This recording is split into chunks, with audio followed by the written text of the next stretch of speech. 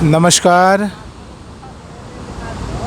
मैं स्वामी ओम प्रकाश और आज आपको गंगोत्री के पास माँ गौरी कुंड के दर्शन करवाने का आज मेरा प्रयास है।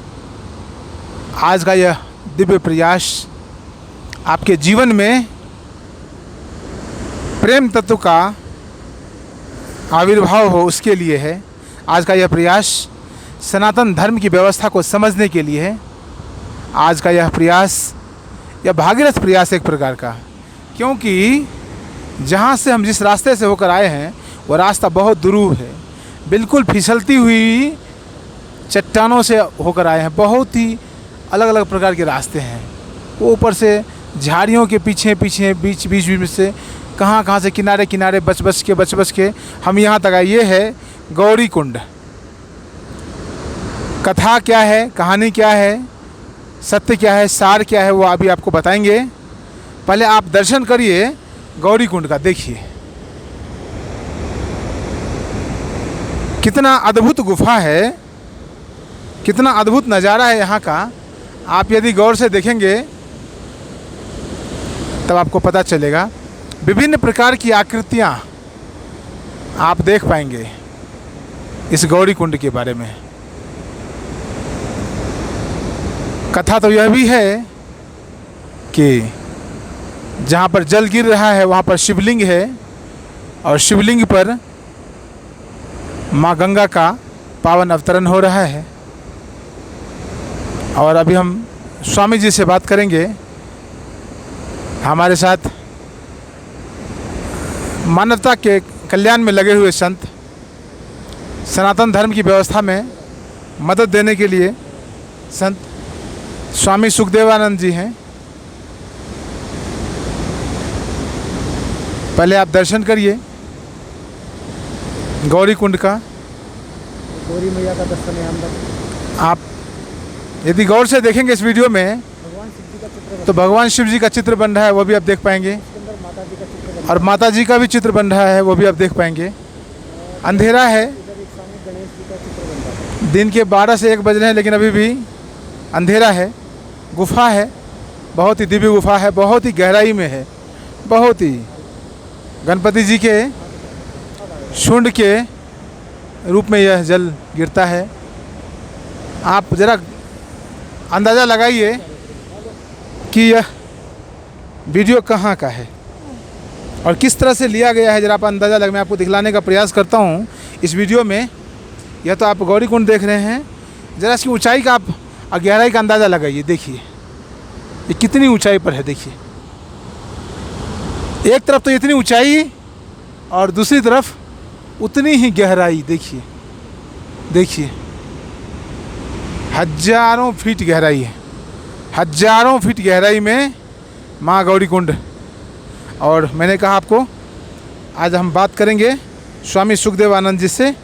तो आइए जानते हैं स्वामी जी से यहाँ के महात्म्य के बारे में।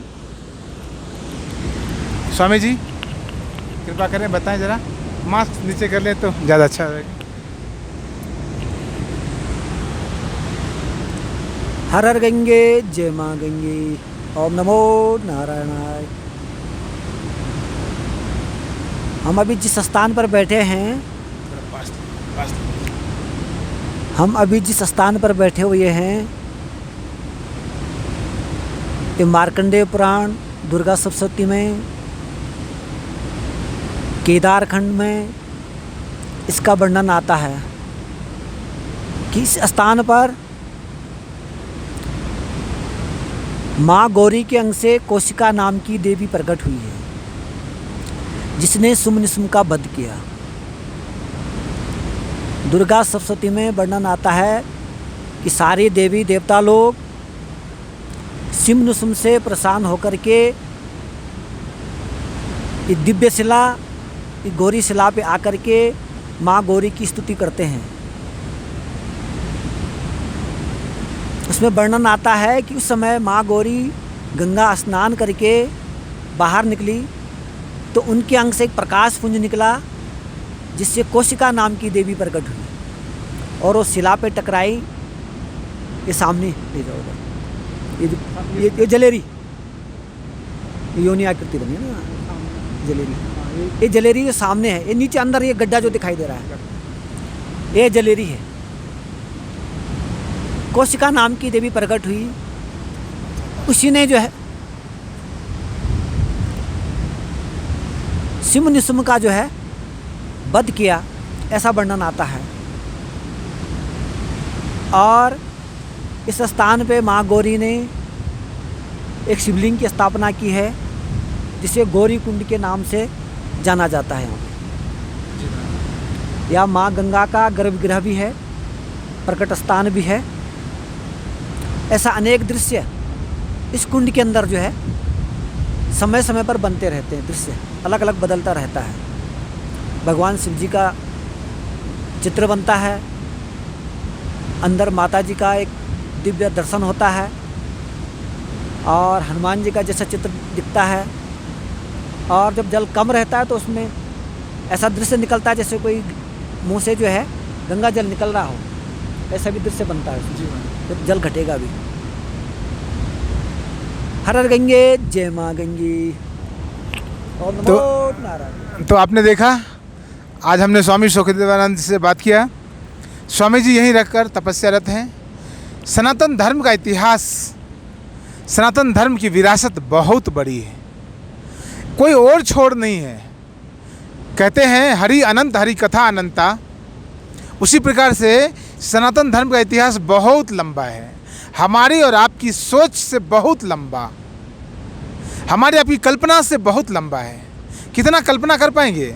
एक सामान्य मनुष्य कल्पना तक नहीं कर सकता। समझिए, एक सामान्य मनुष्य कल्पना नहीं कर सकता। और मैं सामान्य मनुष्य उसको कहता हूँ जो बहुत पढ़ा लिखा है, जो बहुत प्रतिभाशाली है।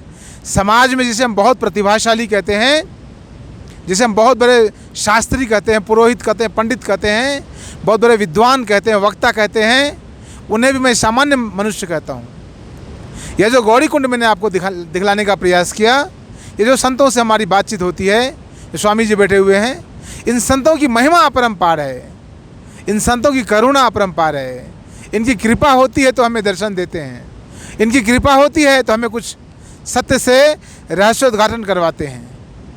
यह भारतीय सनातन ऋषियों की कृपा है, जिसकी बदौलत यह भारत कभी विश्वगुरु हुआ करता था। आज भी भारत विश्वगुरु है। हमें जरा सा अपने विचारों को कुंठा से बाहर लाने की आवश्यकता है। हमने अभी तक बाहरी तौर पर जो अनुभव किया है उसी को हम सत्य समझ रहे हैं, जबकि सत्य बिल्कुल अलग है। स्वामी जी ने आपको बताया यहाँ विभिन्न प्रकार की आकृतियाँ बनती हैं गौरी कुंड के भीतर।